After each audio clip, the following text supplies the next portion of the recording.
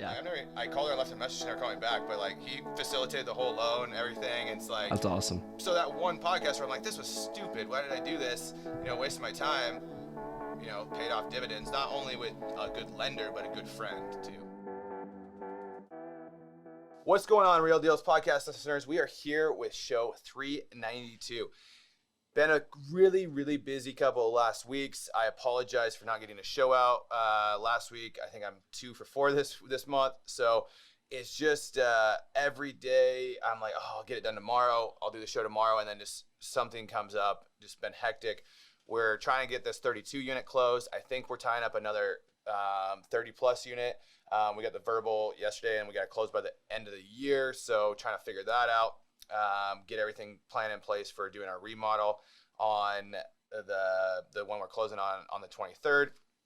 We've been tying up some single family houses, doing some deals. So just been a really busy couple of weeks, and then just a lot of good things going on with the call center and our SWOT teams. So I will do better, I promise. But anyway, what is going on this week? So this week we dropped a bunch of marketing out for some houses and for our multifamily. These were our specialty pieces that we've done from Tucker's DFA program for years. Response rate was freaking great. Usually when we drop these out, we're getting a 5% response rate. So had a lot of phone calls yesterday that came into this into our team. Pretty excited about that. The letters for the houses, we got an appointment today for a house that I think we'll buy, but the multifamily ones, they're very similar mailers, but the multifamily ones, really, we have a list of about 1,000 multifamily deals that we would like to buy. My whole thing on those are a lot longer plays, kind of like the development and dirt plays and things like that Tucker's done through the years. And what I tell my team is we're just trying to go send these out, and we're trying to make friends with 100 people that own multifamily. So they will sell eventually. I just want to be their first call when they do. So how do we make friends with them? One, we get them on the phone and talk to them first. Once we build that relationship, that rapport, then they get into a follow-up system where we're sending them Christmas cards, Happy New Year cards, Thanksgiving. Maybe randomly we're just sending them a $5 Starbucks gift card. If it's a really good property, maybe we're sending them a Christmas basket. We're sending them, it's more customized. If we can figure out who they are, we can send a customized gift basket, things like that. So really, we've bought a lot of multifamily this year and we're extremely busy. And if I get this 31 unit, we're not going to need a ton more, but we can assign these out and make really good assignment fees. And so again, if our goal from the very beginning is just to go be friends with as many people that own buildings as possible, then we keep pushing forward because we want to build that pipeline and that funnel. So pretty excited about that. We were running some numbers on our 25 unit that we closed on in May for 2.1 after diving into it. So we got an appraisal back for our new 32 unit, and that appraised really well, favorable for us from our purchase price. But they used this 25 unit as a comp, and in there they had it, we paid $87.5 a unit, and the appraiser underwrote it and said, no, this is probably $125 a unit. So just right there, that's what is that? 37.5 times 25. So pretty good equity gain just on paper there. I really think though, after diving into it and what things are selling for, that it's probably a 3.3 building already. So pretty cool. When we just bought it, it's cash flowing really well. I just did a bunch of numbers last night. On average, with the rents that we turned 7 units, we've raised rents 18% on the units that we've turned. So we should get our rents up from $221,000 when we bought it a year, and I think we're going to be right in, what did I put in here? It was, I did it last night. I think we're going to be adding to be $293,640, and I think we'll get the operational expenses down quite a bit. So just right there, we have added so much value. We'll add so much value to the building, and they don't need a ton of work, But the cool thing about it is when we bought it, it was just a 24 unit, but it had like a manager's house kind of right in the center because it's kind of a U-shaped building, kind of like an older motel would look like. And there was a manager's house right in the center that kind of had some storage, but it had a kitchen, but nobody was using it as a unit. So we actually renovated it as a big 1-bedroom, and we got somebody in there paying $11.75 a month. So that's straight bottom line money. So pretty exciting there. The new building that we're looking at that I think we're getting, that we got the verbal on yesterday, pretty cool deal. We got it off a cold call lead, not call magic. It was a cold call lead from my sales manager, Tony. I gave him a list and like, hey, you need to go call these people. And they were actually about to list it that day when I talked to the seller on Friday.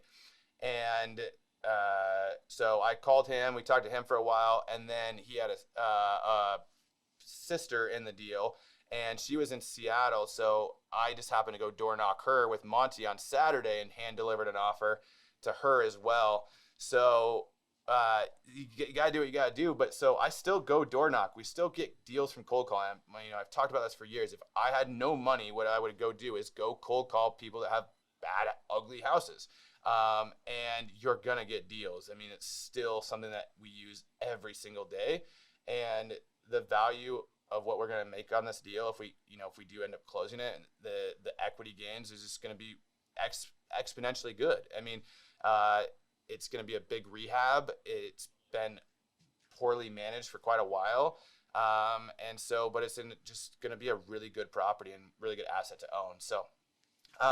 So we used on that. We used People Finder Pro, our easy skip trace to get the sellers all their information, and then we went and door knocked them and cold called them and started talking to them that way. So that's just eazyskiptrace.com. You can create an account, do your one-off searches there. So that's kind of what we got going on in our life right now. Again, I will do better about getting a weekly show out. I appreciate you sticking around and listening. Hope you have a great week. And here's a quick word from our sponsors. What's going on, Real Dealz Podcast listeners? We are here for a new episode and an interview this time. So I got Cole Simpson here from South Carolina, does deals there. And funny story, he called me like a year ago off of probably a Bigger Pockets podcast. He wanted to use our cold calling service. At the time, he just probably wasn't ready. We stayed on the phone for the Zoom call, maybe 30, 45 minutes, gave him some advice, gave him some feedback on what to do. I do that with a lot of people. He's the first one that came back. So now he's a Call Magic customer a year later. He's crushing it. He got his license as an agent and started doing that, and is also doing some wholesaling on the side, getting into investing, but has built out a really good agent side of the business to start. So what's going on, Cole? Hey man, thanks for having me. I appreciate it. Yeah, no problem. So why don't you tell us a little bit who you are, what you've been doing, how old you are, what got you into real estate? Yeah, so I'm 26. A little bit about me. So I went to the University of South Carolina and graduated. I actually worked at a church for a few years, so totally not related to real estate at all. And then a few years ago, I guess it was 3 years ago at this point, I bought a shaved ice franchise. So again, nothing to do with real estate, and was kind of just doing that and really got into entrepreneurship, got obsessed with passive income, started reading a ton, read a book by Bigger Pockets. I was like, oh, this seems to be pretty good. Then I found Bigger Pockets. Which book did you read? I read Chad Carson's How to Build a Rental Empire, basically, or something like that. And it was really good. Yeah, it was good. I mean, it was just, again, it was like the basics idea of like, you can own a house and it pay you money. Yeah. And that can cover your costs. And I was like, that's a great idea. I just didn't know any of this stuff. And so started doing that. I found these 4 houses for sale in Columbia, South Carolina, which is where I was living at the time. And they were a really good deal. And I worked with a lot of college students. So I was like, man, I don't know how these people are making money. Like, this is a really good deal. And I ended up not getting those houses. And then like 3 months later, I was listening to the Bigger Pockets podcast and someone talked about wholesaling. And I was like, oh, this was wholesaling. This is what this was. They were wholesaling these. And so I called a guy, his name was Andrew Lucas, and I was like, you're a wholesaler? And he was like, yeah. I was like, oh, okay. I want to work for you. And so I worked for him for about 8 months, did that, had some success, moved up to Charlotte, North Carolina, and then became an agent, hooked up with some people here, started doing that, talked to you, and then started doing kind of some of the agent stuff and the wholesale stuff. So that's me in, a minute. So what have you done in the last 12 months? Yeah, so the last 12 months, so as an agent, so I became an agent in January, so whatever that looks like, and I'm on track to do about 10 million in sales. That looks about like 25 to 30 transactions. Okay. I'm doing about $1 million to $2 million a month at this point. Okay. And then kind of ramping up. So I did wholesaling basically for 8 to 12 months last year, and then stopped for about 6 months as I became an agent, and then started to wholesale again. And so I've done 5 or 6 wholesales in the last 12 months, basically. Nice. And starting to pick that up. So trying to figure that out. And okay. Yeah. So why don't you talk a little bit about your agent side? What did you do to ramp that up? Yeah. And then we'll talk about wholesaling side. Yeah, absolutely. So I worked with a girl named Shelby Osborne, and she's out here in Charlotte, and so she started a team. And so kind of the way we connected was I heard her on the Bigger Pockets podcast, and so I just DM'd her, and I was like, hey, I heard that you're an agent that works with investors. I didn't know that you could do that as an agent. Like, I didn't know that. I mean, whenever I thought of real estate agent, I always thought of the really nice 40-year-old woman that talks about the kitchen, and it's just like, that's just not me. That's great. And so me and her and then her partner, Michael Glassby, ended up sitting down and talking, and they just taught me how to work with investors, basically, and helped me learn how to do that, do BRRRRs, do a lot with Airbnb just because the returns are really high, so it's the easiest one. And just started figuring out how to prospecting. I'd already done some wholesaling, so reaching out and finding clients wasn't that hard. It was honestly easier to be an agent because it's like I don't even have to find the property. I just have to find you what you're looking for. So did that. It was a lot of just messaging people on Bigger Pockets and going to conferences. And after a while, people are like, "Oh, you know what you're doing?" And it's like, maybe, yeah. And you just kind of figure it out as you go. Yeah, same. So that's kind of what that looked like. Yeah. Nice. Awesome. Okay. So then now you've done some wholesale deals. Why don't you talk about like how did you get them? Kind of what's your average assignment fee? What kind of houses you finding and doing?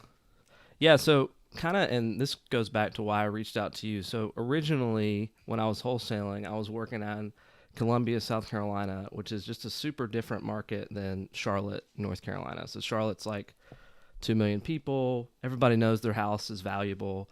And so I just wasn't having a lot of success wholesaling. I was like, and a lot of it probably was me and not knowing what to do, but direct mail just wasn't getting it done. And so most of my wholesales have actually been with basically partners bringing me deals and then me helping them find a buyer. So I've done one in Jacksonville, Florida, did one a few in Columbia, did a few in North Carolina, but they've all been kind of basically virtual wholesales. And now I'm just starting with the call center stuff, starting to do more in Charlotte. So I think we've got 2 right now under contract. Hopefully those close. But not bad. When did you start? September, October? Yeah, it's been a month. I think I'm like 36 days in or something. Nice. So. That's awesome. Yeah. Lead flow good? Yeah, it's been good. Yeah. So I've got 2 people. We're averaging 5 to 6 leads a day. And we're doing I've got like 6 leads right now that I think will close in about a month. So, nice. Those numbers are great for me. So yeah, it's good ROI. What do you have 2 callers, right? 2 callers yep, and you got a 2 leads callers. manager? Yep. So what you're paying $3,400 plus $2,000 for the leads manager. So you're $5,400 and then you got some data costs in there. I don't know how much data do you buy? So I just tried to buy a lot all at once. So I bought because I wanted to get it as cheap as possible. So I bought like 120,000 records. Nice. I think I got it for. What'd you get? 8 cents for that? Yeah, something like that. 8 Yeah, I cents, think I was all in like 25, basically, more Okay. or less. Okay. Yeah. So not bad. So what are those deals that you got under contract? What do they look like? The 2 that you Yeah. So one is a wholesale in Charlotte. It's a suburb, Matthews, North Carolina. We'll probably make about a $10,000 assignment fee on that. That should close the beginning of the year. Another one's very similar. It's in Huntersville, different area, $10,000. And then the other 3 are all listings. Okay. And they're all 400 to 500. So you'll make 3% kind of on those. So 12 to 15K each. So, you, worst case scenario, about 56K if they all Nice. close. Not bad. Not bad for the first month. Yeah, I don't know that they'll all close, but it's you like, never oh, know. well. But yeah, right. Well, I mean, we're doing the same thing. So we started, we've talked about before, we put what we call our SWOT teams that we're using internally started in Houston. Now we're in San Antonio and Dallas. But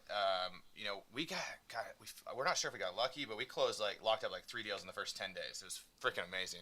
It's awesome. And then now we've got some other ones locked up, but the San Antonio and Dallas, those we just started those. But it's we're talking are we profitable? We're kind of profitable. It just takes time to build this stuff up, and so getting stuff right off the bat just makes you feel so much better about your life. Yeah, and I mean, I know that you know this stuff, but whenever I do a new lead generation tactic, you got to give it 90 days because it's just like which I would even say 60, or not 60. Yeah. I'm sorry, 6 months. Yeah, 6 months. No. Yeah. And the way I talk about it is and I've only been doing it for 18 months, so maybe that's part of it, right? But 90 days for me is do I have any traction at the 90-day mark? If I have none, I don't even have to have a deal necessarily, but if I have no traction, it's okay, well, let's start talking about this. But at 90 days, it's okay, I feel like I'm starting to get good at this, et cetera, et cetera. So, yeah. Cool. All right, yeah. So that's exciting. Are you married? I am, yeah. Nice. I'm married. Kids? No kids? No kids, yeah. So my wife and I got married young, and she's a physician assistant, so she makes the real money while I go and hang out. PA, nice. Yeah. How old are you? 26. 26, so she's same age? She's 25, so yeah. Okay, basically. so she did just graduated then. Yeah, she's a year in. So. Nice. Good. Yeah, good for her.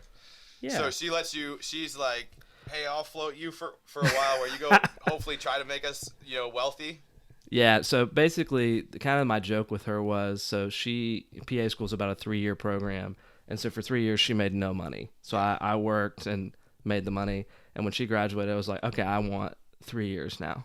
Gotcha. And to figure out what I want to do. And at the end of the 3 years, if I haven't figured it out, then I'll go get a corporate job and make 70 a year or whatever it is, and we'll be fine. Dad.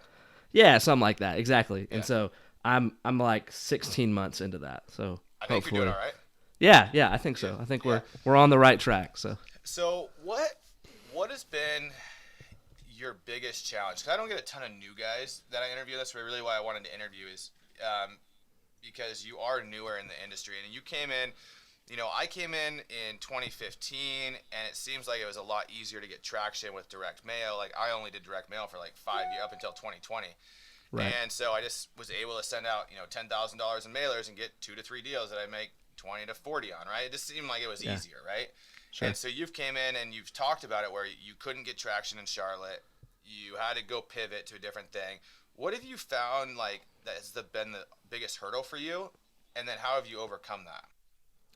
Yeah, I mean, I think so I think the biggest hurdle for me was just so started wholesaling and then tried to do it in a different market. So did it in Columbia, had some success, and then I tried to switch markets. And I was working with a guy who'd never really done it in a big metro area. And so just wasn't really getting traction. And then jumped in with agents who had been doing it and got traction again. So I think the biggest thing for me, and what I tell everybody this, it's if you want to get into real estate, go work with somebody that you realistically think you could be at in 3 to 5 years. Who's doing what you want to do, and in 3 to 5 years, you could be there. Because in your market, not oh, I know a coach who wholesales across the country. It's that's great. And I'm not saying that person's not valuable, but when you're first getting started, you probably don't know enough for them to really be helpful, And so it's for me, it was super helpful to have that hands-on, these people are closing deals in my market. They're helping me. They're walking me through it. They're telling me what I'm good at, what I'm bad at, that instant feedback. And then once I had built even a little bit of momentum there, it was easier to start, doing other stuff as well. But I mean, I think that for me was just getting around people that were doing the things that I wanted to do. And then honestly, I can't stress enough for me how much they got me into deals that I never would have gotten into because they vouched for me. They were this guy's good. He's smart. He knows what he's doing. I trust this guy even though he's new. Okay. And that went really far for me. You made a comment in there what you're good at, what you're bad at. What are you good at? What are you bad at? What has been your struggle, in this business more so personally on a personal level? Yeah. I mean, I think I'm good at closing. I think that's honestly what I'm I'm good at. Like so from the beginning, like I never didn't have a transaction coordinator. I don't know what that's like. I never didn't have admin because I suck at that stuff. And I've always sucked at that stuff. And so like from the beginning, knowing that and them like helping me figure out, okay, let's mitigate what you're bad at. You can't be so bad at stuff that nobody will work with you because you can't answer an email. But how can you mitigate it so that your strengths can shine? So for me, and the way our team works is like, I talk to people when they're ready to buy or sell, and I close them. And then once they're under contract, unless I'm negotiating something, we don't really talk. Like, I mean, I'm happy to talk to them, but like that's what I do. Like I get you under contract. Yeah. Yeah. So I'm trying to figure out how to make it not depend on me. So I mean, scalability. If I'm the only person that can close, it's like, well, you're only gonna grow as much as you can close. And so I'm trying to figure. Let me ask you this then. Let me ask you, how many hours a week you working? Right now, probably 60, 65. Take a stopwatch.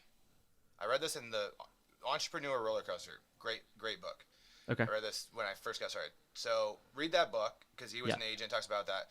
Take a stopwatch. Wear it around your neck for 2 weeks. You put it in your pocket for 2 weeks. Yeah. Start it when you're doing something that only you can do, that you think you can do on your team. Right. And when you're done, stop it. Yeah. And go tally up the time. Okay. Yeah, that's helpful. I'll do that. And I guarantee you're going to be a lot less than 60. A lot. I think what Darren Hardy said, when he was working 12 hours days, and when he got done with the day and he looked at his stopwatch, it was like 36 minutes or something like that. Wow. Of what only he could do, because like only he needed to be sitting in living rooms, right? And you're doing those things to outsource, but and are you good with feedback on this? I mean, absolutely. I just want to have a conversation like we were talking, right? No, that's great. And so the one thing that I still haven't outsourced all the way, I have Tony that does my single family stuff. Yeah. But there's just the margins made in the close with people, right? Yeah. And that's what the lifeblood of your business is in so many ways. Like I would outsource everything before I would ever outsource that. Okay. In my opinion, like I love the one thing I love about you is your willingness to just go for it and scale and just put everything behind it. It's nice that at such a young age you have your wife that will support you. You have saved the money. You're not probably living any crazy flashy lifestyle. So you're just investing in yourself. And so just I would really think that would be something that I would wait for a while, because if you outsource these things too quickly, it's sometimes it's like a house of cards. I've seen a lot of guys do this. They outsource things way too quickly, and it's just a house of cards. Yeah, no, that's helpful. That's good to know. That's a helpful thought. That would be my thought process. Yeah. Because that's my value. Because you said earlier you suck at these things, and I would maybe rephrase it that you don't suck at it. You just don't want to do it. It's not what you want to do. Like I don't suck at some of these emails or these spreadsheets and things like that. I just don't want to do it, right? Because it's not the best use of my time. Right. But sometimes you have to do them. Right. But so like, how do you just get people that are really good on the support staff? So, because all I want to do is talk to people. Yeah. No, I mean, and I think I'm like just now starting to take those steps. So like I've got a transaction coordinator who does so that's super helpful. I just hired an assistant a month ago, and so like we're really, starting to do the training and figuring out like, okay, what can you do? And they're a good friend of mine, so that helps because there's a level of trust that I wouldn't have if it was just a random person that I hired, off of Upwork. So that's what I'm trying to do. I'm trying to figure out what are the $10,000 an hour tasks and how can I focus on that and nothing else. And I think, at least for me, what has been surprising is nobody tells you when you build out those systems how much of the not 10,000 hour tasks you're going to have to do to get to the point where you can do the 10,000 hour task. Like this assistant, I'm having to explain like, okay, well, this is how you answer these emails. Let's come up with a template. Let's write all that out. It's like, all that sucks, but I've got to do it so that they know what to do so that I can not think about it anymore. And so that's kind of struggle with it so much. Like, cause like I fire off the shittiest emails all the time. Cause I'm always like, go, and in a hurry. And so I'm like very blunt, one sentence responses, like just straight to the point. Like, no, please, no, thank you. Hey, how's your day going? And it just always backfires. Sometimes it backfires. Yeah. So I'm trying to figure all that out. And it's definitely a process. And again, like I'm thankful for different people along the road who are helping me figure out what to do and how to do it and how to think. Because I I don't think that I have a unique insight. I'm just trying to copy other people, basically. So. Yeah. So okay, let's dive into that because I don't know. You said you listen to the show. I talk a lot about mentors, finding people that you add value to, that they want to add value to you. Especially the guys, older people. They're like, oh, I remember being 27, or oh, I wish I was doing what you were doing at 27. I'd love to help you, right? Yeah. Especially if you're adding value and not just take. So, how have you compensated those relationships? How have you added value to those relationships, and how have they added value to you? Let's just dive in a little bit more because I think that people are always stuck. How do I get started? They're stuck in analysis. How can I do this? I'm not special. I don't know how to close, or I don't know how to do this. But everybody has skills that they can use, and they can add value to somebody else. So yeah, how do you approach that? Yeah, I mean, so I think the things that I've tried to do, and I definitely wouldn't say I've had this all figured out, but the things that I try to do is you don't have to have. So let's just use me for an example. One of the things that I'm trying to figure out is runner tasks. So that's not difficult. Anybody could do it. Hey, go pick up signs. Hey, go mail this. Go I probably have 5 to 10 hours of that a week. Now my assistant's starting to pick that up, right? But that's still stuff that up until a month ago, and even now, I still have lots of things that people could do. You don't have to have any skill set to help me with that. And if somebody came and was like, hey, Cole, I want to help you with that for 10 hours a week, I'm absolutely going to take the hour or two a week of coffee or whatever it is to talk through their deal or however I can help them. So that's how I try to think about it when I talk with people. My first thing is, can I make this person money? Because if I can make you money, not everybody is this way, but most people, they're just going to care more. If I'm making you money, so that was how I did it with my first relationships, was we were in 50-50 splits. So any money that I made, you made. So it was oh, we made a $10,000 assignment fee. Well, they made $5,000. So they care that I'm closing, that, they're committed to that because I'm helping their process. So trying to make them money, try to be persistent, and then try and solve problems that they haven't even thought about how to solve yet. That's something I try to do is oh, I noticed this. You've talked about this a few times. Here's what I think a potential solution is. Would you want me to do that for you? This idea of not only asking how you can solve a problem, but saying, hey, you've talked about this. I think this is a problem you have. I think I could solve it. And all I have to...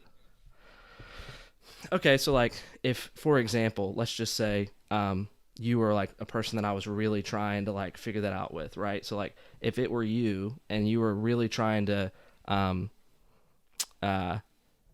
systemize stuff, you talked about, hey, dude, I really hate, I can't figure out how to get people to do my emails. It's hey, dude, I've got a friend who's got this whole template system. Would it be okay if I wrote up a whole template system for you in your emails and just sent it to you? Take 5 minutes for you to read over. And then if you give me edits, I'll fix them and try and get them into your language and all that. So just that's an easy thing if you had mentioned that. Or if we were talking a little bit before, we were talking about different recording audios and you didn't like this, you didn't like that. Yeah. So if I knew that and I really wanted to invest in you, I probably would spend a few hours and be hey, I think this is the best one. I think this is going to be the easiest. Do you want me to set it up for you? So just trying to listen and then have regular conversations. I guess my assumption is that if I'm reaching out for you to help, you probably get that all the time. So you're not in the unique position. I'm in the unique position. So I need to be a little bit more assertive of I'm regularly going to be reaching out. If you mentioned a book, you were hey, read this Roller Coaster Entrepreneur. Yeah. So I'm going to read that book. Yeah. Then I'm going to text you and say, hey, here's what I liked about the book. So just stuff like that. Just showing that. Spot on, dude. Yeah. You're 100% spot on. Because you know what I get excited? It's funny because I'm still young and I still have a shit ton to learn. But that's what I did with these guys. But if you called me and said, hey, listen to this book, or I read this book and here's what I got for it, what did you like? I'd be whoa, cool. I want to talk about it, right? Because I've indicated that it was something that was valuable to me at one point, right? And you took the time to say, oh, I respect what you say is valuable, so I respect that enough to go do this thing and say it's probably going to be valuable in my own life. Right. And if you don't, sometimes I don't know what people need. So, for example, I don't know what but an example is if I was trying to build a relationship with you. So you mentioned, hey, Cole, read this book. So I would say, hey, man, I just want you to know if there's anything I can do. I know that you're probably busy, but if anything comes up, let me know. And then I'm going to come back a week or two later and say, by the way, I read that book. Here's what I think about it, et cetera, et cetera. Just want to remind you if there's anything I can do. Like, just regularly every week or two. You have a podcast, so it's easier because it's like, I can listen to what you say and be like, oh, has a problem there. Okay, let's solve that. Or, oh, we should read this book. And then so it's pretty easy to like keep an ongoing relationship. The other thing that I found to be very powerful in this is with exactly what you're saying is the listening part. Especially being newer, I tend to talk too much. Maybe that's why I have a podcast. But I really try to listen to guys that are, you know, who I want to be friends with. I kind of look at like more so now, like, because I kind of got what I need in a lot of sense, but like, who do I want to be friends with? Great example. I was at my Go Abundance thing. There's this guy I wanted to be friends with. And he was walking, we were walking in a group, and he was saying, oh, I need to get a new backpack. Like, I really like these kind of backpacks. And it just, I like this size of this one. It was like, yeah, like a cooler or whatever. So I had my assistant, when I came back, I'm like, hey, we need to go find a backpack. So we went and found one. Ended up getting him a golf one. But then I took it a step further because just sitting in a backpack isn't what you should do. I went from his website. This guy's wrote national bestseller. He's got all these lifestyle things that he likes. He's got an Ironman. He's done an Ironman, all these things. So I went and had her find somebody on Etsy to go make custom patches. Right. And then I put a custom patch for his name on this backpack with custom patches with room for more of things that like are important to him in his life that he's indicated are important to his life, and then sent it to him. Because and this I taught this to some kids. This Real Dealz logo sign up behind me, actually, I didn't buy it. I had some buddies, Noah and Jeff, that have been on the show before, and I was teaching them about gift giving and the power of gift giving. And like if you give a custom gift, they're never going to throw it away because it's custom, right? And every time, even if they don't use it, they're going to set it somewhere. When they see it, they're going to think of you. So like every time I walk in, I see Noah and Jeff gave me this gift. They listened perfectly. I thought I wanted to get one of these, but my wife wouldn't let me get one because they're just not needed. Right. And I show up and I didn't talk about it. They just sent it, and I'm like, this is freaking awesome. And now every time I walk in my office, I think of them, right? Yep. So, and I've done this with, you know, guys that own 9,000 units and just, you know, bigger guys. And it's just like, they answer my phone calls. I don't abuse it, but they answer my phone calls. Right. And that's really all you're trying to get to at the end of the day, is just to get people to answer your phone call. Yeah, exactly. And I think the way you said it, even as I'm very new, so I you know, I think I can learn something from every conversation. But like even that idea of like, I don't know, if you look at somebody purely as a business transaction, that's going to come through.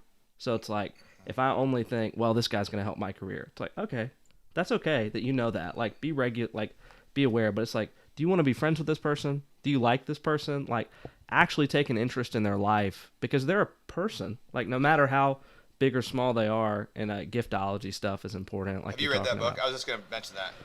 I have read it. I need to read it again. It's been a while, but yeah, I have read it, and I liked it a lot. Yeah. And I think, I mean, you hit the nail on the head. It's like, I want you to think of me every time you look at the sign, whatever it is, right? Because then it's just easier. Everything's easier. So yeah, just don't sound like a photo book, like a calendar sheet or something. I don't know if I like that, like in your fireman costume.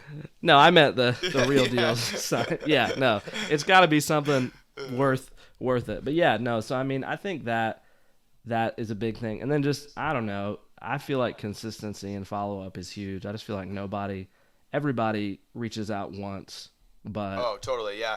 I'm just like, and I had this mind-blowing. I do counseling therapy once a week, and it's probably the best week of my life, or my week. It's the best hour of my week, and I had a business life coach, Jason Dries. So I hired him for a year. And he was good for like the first 8 months, and then I kind of figured it out, and I just didn't need him because he couldn't take me to the next level. Sure. And then I joined Go Abundance, and then I was just dealing with some personal stuff, so I hired a trauma therapist, and she actually now is a coach, not just a therapist. She's a coach, and she's been doing this for a long time. And not cheap, but she's good. And so I had this, because I've always been the guy that reaches out to everybody. That's just my superpower. I'm the connector. Yeah. But I would have these friends or relationships that I would always feel like I'm the only one reaching out. I'm the only one ever reaching out. And they never call me back. And I'm like, maybe it's because they don't like me. And then I would try to keep the relationships alive because I thought, okay, it's going to benefit me, financially, personally, or whatever. Sure. But then I started bringing this up, and I'm like, I'm like, man, maybe just people don't like me. I told her this. And she's like, no, you're looking at this totally the wrong way. Your value in this relationship is you're the one that reaches out. She's like, I'm an introvert. I never call people. And it doesn't mean I don't love them and I don't think about them. I just never call them because I'm always worried that they're busy. So your value to the relationship. I'm like, no. And she said it again. And I'm like, thinking about it, I'm like, you know what? You're right. And so it was like total mind shift and like blow, because like 32 years of my life, I've thought this entire way that people just don't like me. Yeah. And like I have to perform or be this person for them to like me. But that's your value. People get busy. They have kids. They have life. Not that they don't think about you. It's just when they think about you, it's probably they're busy, you know. And they just like so so people need you to connect, right? They want you. Oh to yeah, connect. yeah, absolutely. And I mean, I think you hit the nail on the head. I think a lot of people, at least in my experience, I'm very similar. I tend to be the person that reaches out, and it's easy to think like, if I didn't reach out, how long till you reach out? Never? You never talk to me again? I have a buddy that I went to high school with, best friend, all through high school, and we were good friends forever. And finally one time I'm like, fuck it, I'm not going to do it anymore. I'm just not going to call him. Like, yeah. And he never called me. We haven't talked forever. I mean, I did. Yeah. I've called him a couple times, but then our relationship died, and I'm just like... Right. And so, you know, I think you got to ask the question, do you value the relationship and why?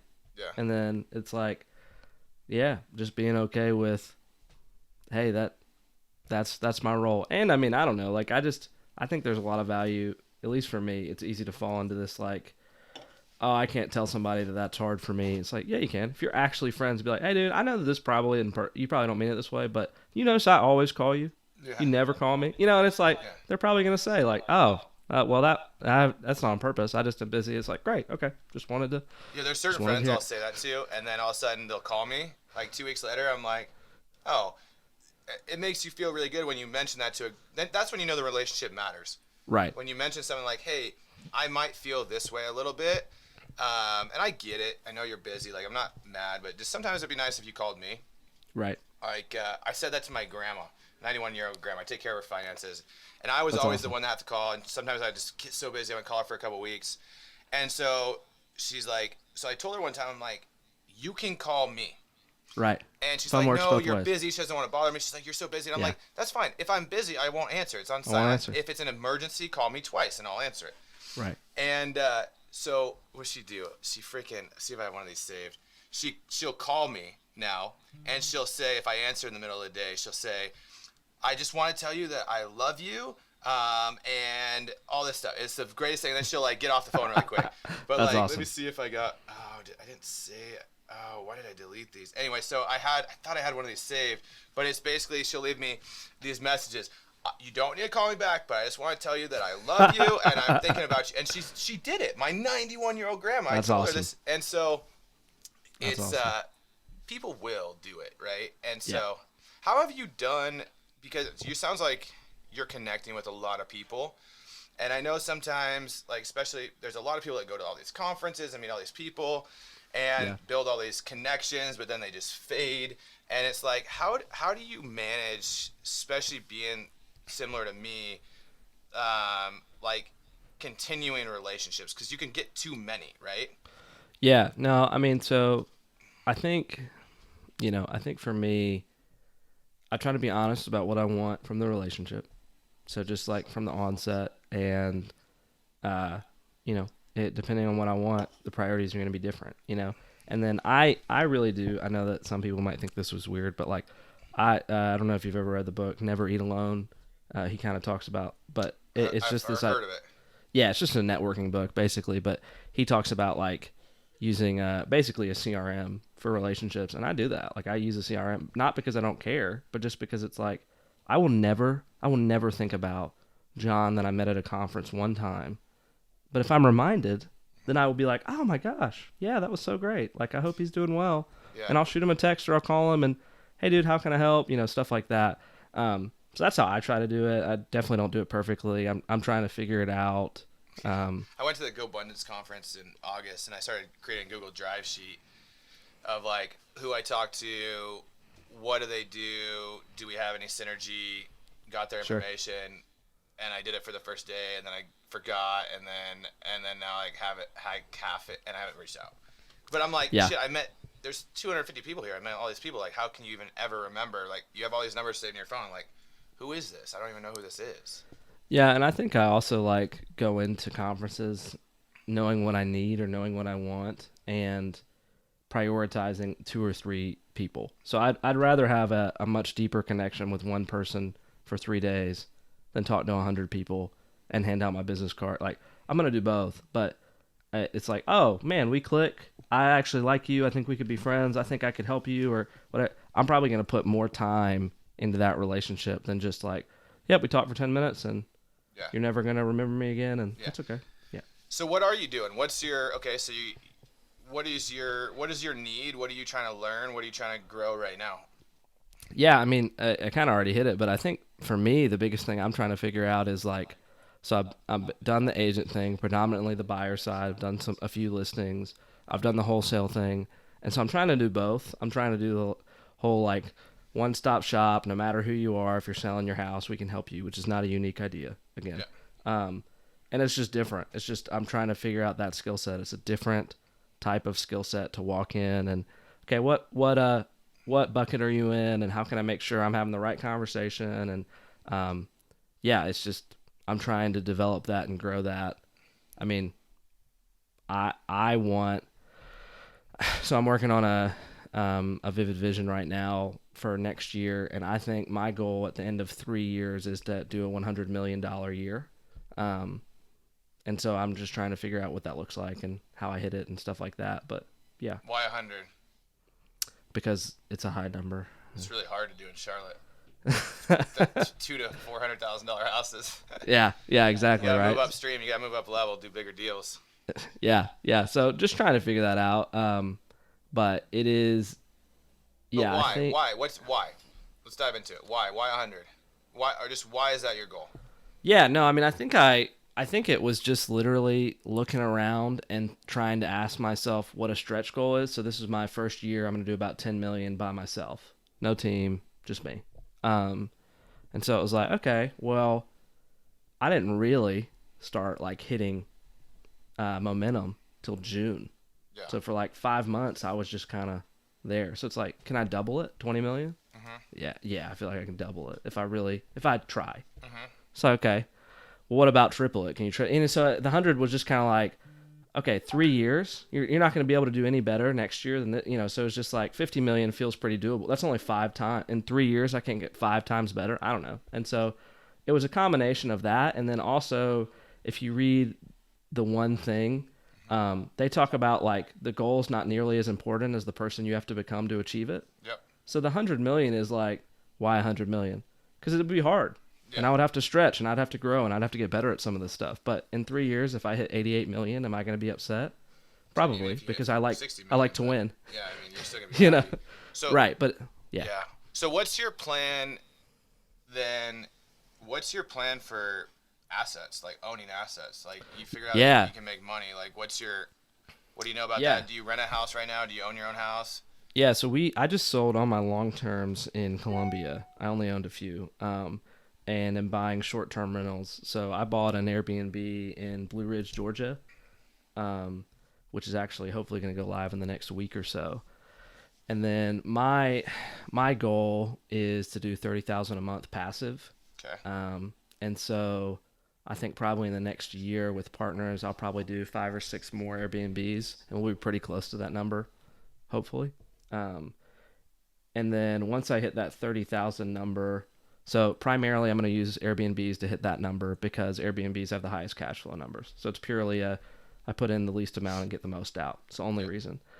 Yeah. Once I hit that number, the goal will no longer be maximizing cash flow. It'll be maximizing diversification. So I'm going to start trying to play the commercial multifamily game because after I hit 30,000, my next goal is there's no market where it could not be 30,000. So Airbnbs are too volatile. I want... I know. And so then probably there, and I'm even trying to kind of actually start getting to that now. I'm looking at a multifamily, a 30 unit in OKC with some partners that we should do like a 7 to 8% cash on cash as a long-term rental, but we're going to flip it into an Airbnb because we can probably do closer to 25%, but then we can fall back into that long-term rental if we need to. So that's what I'm thinking is just acquiring assets, hitting that cash flow number. Once I hit that cash flow number, start to diversify. I'm trying to take it one thing at a time. Gotcha. Yeah. No, yeah, that makes sense. That's kind of we didn't do the Airbnbs, but we did rentals. And Right. Now we kind of moving up to more of the multifamily stuff. Yeah. It's just really not that much hard. Well, maybe rephrase.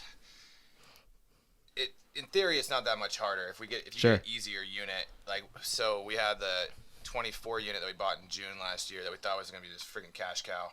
Yeah. Well, we had lower income tenants and had to turn over a bunch of people during COVID, and we've actually had to do 2 capital calls, small capital calls, but 2 capital calls. We actually haven't pulled any cash flow out of it.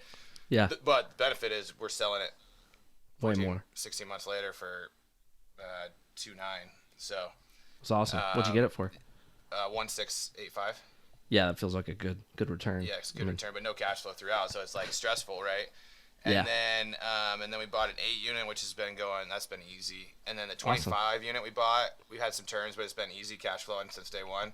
Awesome. But now we're doing some other ones. And it's like, so I think the problem is if we were just reliant on, say, that 24 unit when it first came in, we were relying on cash flow, we'd be sunk, right? And so that's the hard part. So trying to have something else to help fund the downside, the risks of it not cash flowing, right?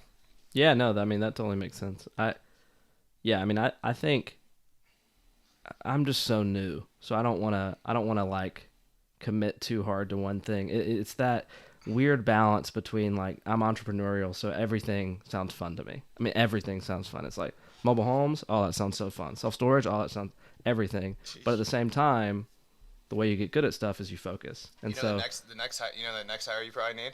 You need a Chrissy. And so when I say that, it's my wife. So she works in the business with me, and she's the leash. We call her the leash. She's this CFO. She's COO. She runs everything, but like that's what took me. I was late because we were having a conversation, and she's putting the leash on me.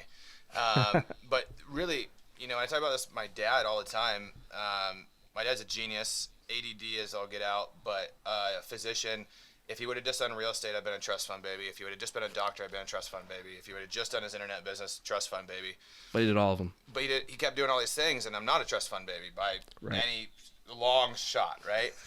But if he would have had a Chrissy or a business manager or a manager or like an executive assistant that runs your life, but understands like an integrator, right? An integrator. You need an integrator. Yeah. And so like that might be your next hire, because you can have guys like you and me, we have 100 ideas a day, and they all sound really, really good.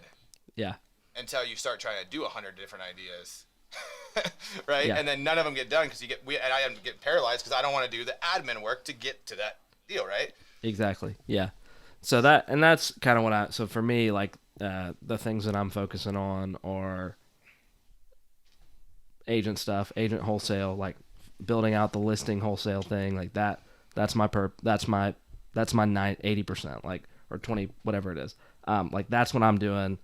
And if anything else takes from that, it's like, it's got to be right now. And then as far as investments, it's Airbnbs. And it's like, that's what I do. I do those two things. If something fell in my lap, I wouldn't say no. So you said you had partners in the Airbnbs. How are you structuring those deals? And like, what are you doing with those?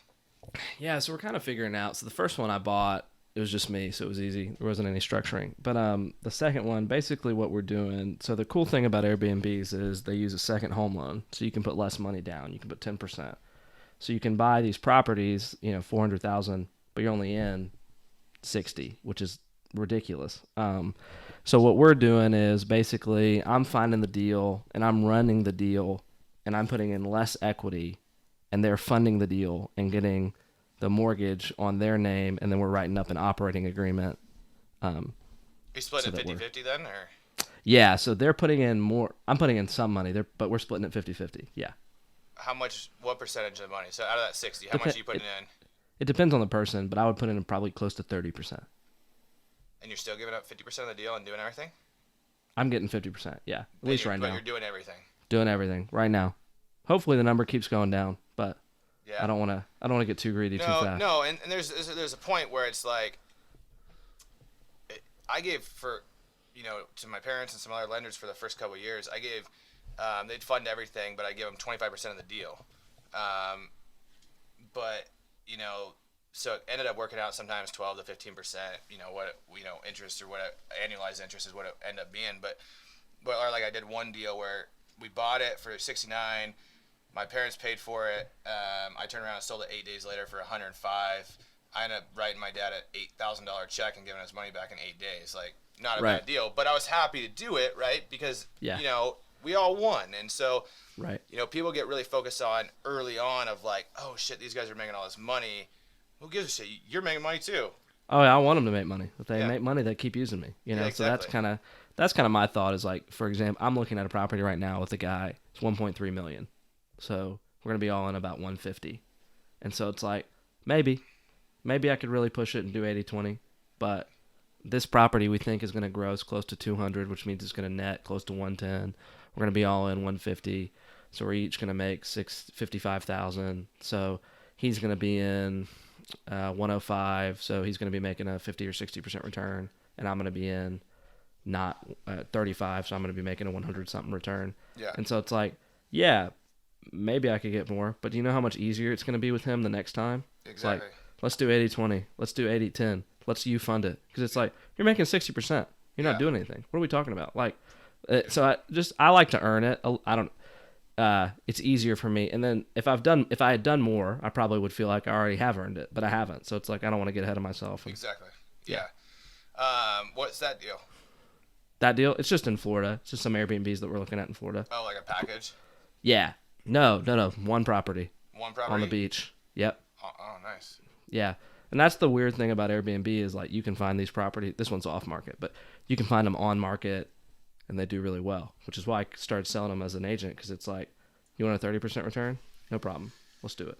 Do you feel like regulations could play a factor in this? Like, yeah, absolutely. I'm seeing people like, so in 2020 when COVID hit, I had buddies that lived in Scottsdale and they're doing Airbnbs and they knew a bunch of people doing Airbnbs and these people started dumping their properties. Yeah. Because they were basically upside down because they couldn't cover their monthly nut on a regular renter. Right. And so, because like it doesn't cash flow as a regular. So, are you looking at this if I put a regular tenant in there that it will cash flow or at least pay my mortgage, or how are you protecting yourself if something changes, right?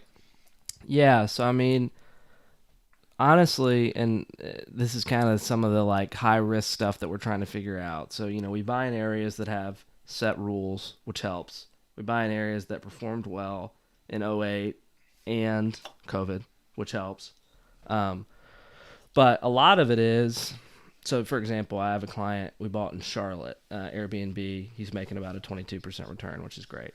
But we bought it in January, or not quite January, beginning of the year. And so like he talked about his big question. I mean, we looked at a lot of houses. His big question was like, what happens if the market changes and I can't Airbnb anymore? I said, well, it's not going to cover the mortgage, but our exit right now is the sell. Also, rent growth in Charlotte is crazy. Yeah. So right now, and he does very well, so he knows this. He's predominantly, even though it is cash flowing, it's predominantly a long-term wealth play for him. It's like right now, the long-term he'd pay like $100 a month. Yeah. So it's like, what's the worst case scenario? Let's play it. It's like, yeah. Can you afford it? Can you afford $1,200? It's like, yeah, I can. It's like, okay, well, this is going to be worth more in 3 to 5 years. I don't care what the market's doing. It will be worth more in Charlotte. I promise. I know. I didn't go through 2008. I would be very careful as an agent making promises. Anybody in this business, I make no promises. And sorry, I said it incorrectly. The way I said it is, we have no reason to believe it wouldn't. It would be. Nobody is suggesting that it would not. And so, that's the. It's funny. My wife and I were just talking about this, and I talk about this with my buddies all the time. What's the 1%? Right. So, and my wife just made a really good point when we were just talking. Looking back at these crashes. Leading up to them, people didn't know they were going to crash. Now, Sure. Some people might have known. Like, there's a couple of guys with the housing market in 2008. There's probably some guys that, thought that it was going to crash on that stock market crash or all these things. But hindsight, you're like, oh, yeah, that totally makes sense why it crashed, right? But Sure. Leading up to it, it's so hard to predict this. Like, we're in a longest bull run ever, right? Right. Stocks are going up. Inflation just I saw hit 6.3% today. It's crazy. Like, I think assets are going to go up because just inflation, but I also think there's a really good chance for actually becoming reverting back to the mean and going in a deflationary environment. Sure. And so, and I talked about that a couple weeks ago. It's like, what's the 1% thought process? And if they got good money, the one thing my thought would be is if I was going to own any Airbnbs, which I don't, is I would just stack. If I'm making 22%, I would just stack like 6 months of cash flow and just have a way bigger buffer. And we talk about that. Yeah. You should have higher cash reserves. Yeah. You just should, because that's the market. Yeah, so. that would be my only thought. But like, and then just, do you have more wear? I don't know this. I don't have Airbnbs. Do you have more wear and tear on them than you would a typical rental? Actually, it's not as bad as you would think, because you've got professional cleaners coming in every time. So you're catching wear and tear really fast. I mean, there is some more wear and tear, but places don't get trashed. I'll say it that way. So it depends on maybe more wear and tear than like a typical than you would if this specific house rented out, because the people renting this house would be higher income, but probably less wear and tear than like a 1% rule, 2% rule house. Like, no, those houses are getting trashed, at least in my experience. Not always, but yeah. Do you see the market getting saturated? Because I hear so many people talking about Airbnbs all the time. Yeah, I mean, so not yet. I mean, what's your experience been on like nightly rentals? Like how full are you? And like, do you have your own, or you just doing that first one? Yeah, this is my first one that I own. So what about your clients? Like how many nights are they booked? Yeah, so we run my clients are averaging between 70 and 90% is the answer. Gotcha. And is that without dropping like prices to be competitive? Is that sticking with the price, or is that? Yeah, so we do a few things, but that is hitting the number that we also run numbers pretty conservatively. So the other thing that we do is, whenever I talk to a client, so let's use Florida property as an example. Hey, this should gross 200 to 250. Okay, but what's it have to gross for you to cover your costs? 95. It has to gross 95. So it's like, that's the other part of, and maybe I'm more willing to play that game. It's like, oh, so if it grosses less than 50%, 40-something%, I'm still covering costs. It's Gotcha. like, okay, well, I'm okay with that. So you're running it like a hotel would run their numbers, like, because they're not 100% occupied all the time. They're probably, pre-COVID, they're probably, you'd see these ones probably 50% occupied. But they only need to, like, there's a certain metric, like they need so many days to break even. They need that room to be rented so many days. Exactly. So like, for example, we always give you a break even number. And so like, I think for this Florida property, my break even number is like 8 days a month. Okay. Now it's higher. It's a more expensive property. So it's like those numbers, it's a high nightly rental. What's it going to be? Probably like $900 a night. I mean, it's like a 16 bed. I paid we went with Tucker and some buddies to Bend, for a ski trip weekend. I think we paid $1,200 a night for it. And then we hired a chef too. So it was perfect. Split between 3 guys or 6 guys. It was fine. Right. And that's kind of how I try to explain it to people, is like, oh my gosh, that's so expensive. It's like 16 people can stay there. Yeah. That's $70 a night. Yeah. That's not expensive. That's great. I feel great about $70 a night. So, and everybody's in the same spot, right there. That was the great thing about it, was like convenience. The hiring the chef was just an idea. Here we go, idea. If you could pair it with a chef, like if you could partner with a local chef, because that was probably the best part of that experience. One, the house was really nice, but the chef, because we never had to like get in the car and go drive into town and go get food. We never had to, so we literally got to sit there and talk. They'd bring out appetizers. They'd be like, what time do you want dinner? We'd say, hey, we want dinner at this time. And then we'd go, we'd move from talking from the living room to the dinner table and never stop the conversation. So there was really good flow in the conversation. Yeah. And building the relationships. And then it was like $3,000, $3,500 for the chef. But it's like 6 guys. If we would have gone out to eat and all that stuff, we probably spent way more. Then you don't have to go grocery shopping, because they would also cook breakfast for us. So you don't have to buy all these groceries that you never use. Everybody goes on vacation. Oh, I'm going to buy all these groceries. Yeah. Well, and for me, I mean, this goes back to Airbnb. It's like, Cole, do you think Airbnb is going to be working in 10 years? I don't know. Probably at some capacity, but I don't know. But I don't need it to. Like, I'm going to diversify as fast as I can. So it's like, if in 5 years Airbnb stops working, it's like, cool, we'll sell the properties. Like, I'm getting my money back in a year and a half on these properties. So it's like, even if I'm quote unquote selling at a loss after 3 years, it's like, but you didn't really sell at a loss because you doubled your money. So that's kind of how I'm thinking about it. It's more like, oh, we're getting a 60% return. We're getting a 57% return. It's like, cool. Okay, so can we hold it for 2 years? Do we feel good about this for 2 years? And like you said, just trying to be honest about the risks on the front end. It's like, yeah, if this pops, it's going to hurt. You got to be ready for it. Like, you got to be able to hold it. This is what worst case scenario is, stuff like that. We try to mitigate that as much as we can with all the information we have. We're not trying to I'm not trying to gamble, but at the same time, it's like, yeah, you got to take risks. Totally. So awesome, man. I love it, dude. Super excited to have met you. I'm so glad you came back. I was excited for like 2 weeks after that. I told everybody. I was telling Tucker, I'm like, man, somebody finally came back after 45 minutes. Because you wouldn't believe how many people I'd spend 45 minutes on. And then I'd be like, hey, if you do this plan that we laid out that you said is obtainable to get yourself, call me in 2 months and I'll give you another free hour. And you can ask any questions. One person. No, I mean, not to hype you up too much, but it really was. I mean, it was exactly what I needed both times. Like, the first time I called, I didn't know it. I was trying to figure out answer to my problem, and it was like, and you were pretty straightforward. It's like, I just don't think you're there yet. And I was like, okay, that's fun to hear, but it is what it is, And it's like, I didn't know it at the time, but I wasn't. And like a year later, it's like, okay, cool. Now, knowing what I know, I wasn't there. I'm glad I didn't make this jump. I wouldn't have been able to convert these leads. And it's like, I'm in a way better position now. So I'm excited about it. And just from a business owner standpoint, like, if I would have taken your money that you spent, which you probably didn't have back then, and say, give me this money, and it doesn't work, and then all of a sudden you fail, right? Then I don't keep you for a long time. Now it's like, you're like, I can stroke you a check, no problem. Like, you're like, I bought all the more data up front, right?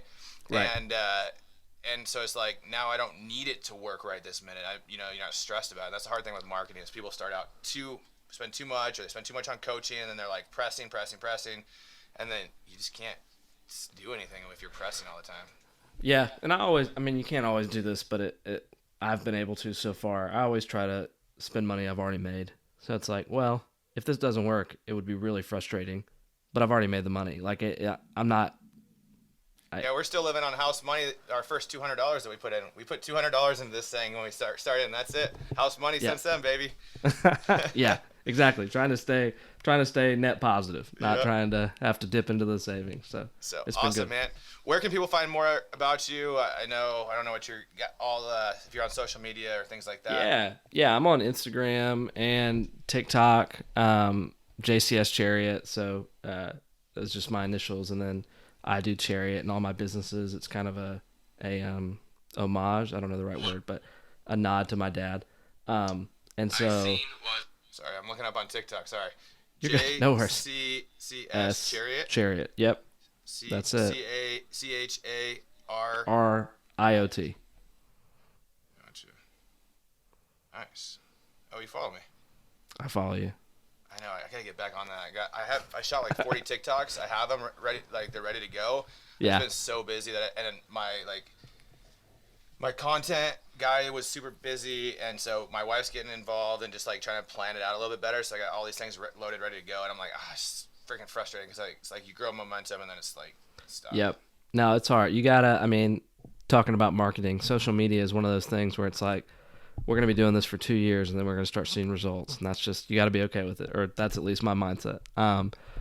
And then I'm actually in the process of starting a podcast, so I think we're actually going to do our first recording tomorrow, and that's going to be called Simply Simpson. I'm sure the information will be on my Instagram and TikTok, but and just be talking to people about business and finance and real estate and kind of how they're doing it, trying to break down in like the simplest steps. Hey, how do you wholesale in 5 steps, and trying to help beginners basically. Nice. My metrics, I actually get better listen through rates doing solo shows. Oh, wow. Way better. Way higher listen through, all the way through listen through. Almost double. Like, I'll get 80% a lot of times on just my solo shows, all the way through. Maybe it's because they're shorter, because we get these ones kind of go longer, but even in the front end, my listen through rate's about double almost. I mean, wow. So that's crazy. It's a thought process. Like, then the guests, like Brandon moved the needle a little bit, Sure. But like really not as much as you'd expect because these guys have been played out. These guests have been played out Right. in a lot of sense. Like even the high name guests that I've had, like Kevin McElroy, the Carlos Right. Sal, guys, they don't move the needle that much. Yeah. I mean, I went to a conference and they just basically hammered it into us like, if you're not making content, then you're an idiot and you need to start making content. And so that's kind of why we're doing it. It's just like, I haven't been on that many podcasts, but it's funny because every time I go on a podcast, I make thousands of dollars because somebody reaches out to me and we end up closing a deal together. And it's like, wow, that was not that hard. Yeah, and my best lender, maybe not my best financial wise, but like Sure. for amount of money, but my favorite lender, he called me. He was the only, like I had a bunch of people reach out in my first bigger podcast interview a couple years ago. Okay. And he reached out to me, ends up becoming a lender for me. He's an attorney at Titleist, like Kushnet. Awesome. So he's like a second command. I get free golf clubs every time a new set comes That's out. awesome. I get everything for free. I make a phone call. Hey, Randy, I need a loan for, here's the address. He's like, great, I'll send the docs over. He'll even, That's great. he's a lawyer, so he'll do the note and deed of trust. Love that. I had another one. He has money in one of our deals, and she's like, oh, I got a friend. I've never even talked to this lady. And I called her after we closed this deal because they had to close in like 5 days. And Yeah. I called her and left a message. She never called me back, but like he facilitated the whole loan, everything. And it's like, That's awesome. so that one podcast where I'm like, this was stupid. Why did I do this? Wasting my time. Paid off dividends, not only with a good lender, but a good friend too. Yeah. No, that's awesome. That's very cool. Yeah. So, and that's why I have to keep telling myself is like, it's hard. Like I've missed 2 episodes in the last month. I've just been so busy. But it's like, I have to do it. I have to stay consistent. Yeah. It's just, you never know who you're going to meet. And even if you just don't pay attention to the listens. Yeah. Like for first forever, dude. I won't. I'll just kind of do it. I mean, honestly, it's like the reason I know you is because of BP. Yeah. So Tucker doesn't even tell me how many listens I get downloads because he knows that I'll stress about it. Because I know That's I awesome. went down a little bit from him in the transition, and it's just like he doesn't even want to tell Sure. me because he's like, just keep doing it. You're fine. Yeah. He didn't want to do it anymore. Hey. He started another show, so. Yeah. No, that makes sense. So No, I'm excited. It'll be fun, and we'll figure it out. It'll take a while. We'll be terrible in the beginning, like everybody is. And get a better hopefully we'll camera. get better. Yeah. Just better camera. Your audio is really good. So anyway, we'll wrap this up. Thanks so much, Cole, for coming on the show. I thought it was really good. I think if you listen all the way to the end, I think you should, especially if you're newer, you got a lot of information out of this. So thanks for coming on the show. Yeah, man. Appreciate it.